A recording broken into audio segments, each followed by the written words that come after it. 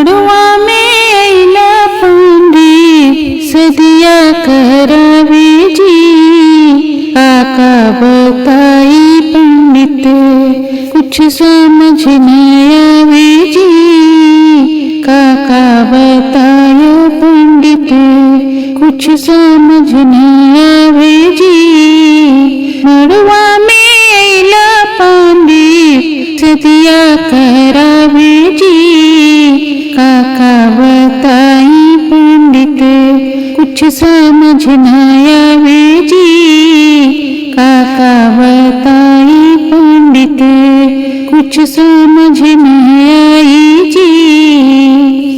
आधा बतावे आधा मुहवा डोलावे जी। आधा बतावे आधा मुहवा डोलावे जी। काका बताई पंडित कुछ समझ न आवे जी।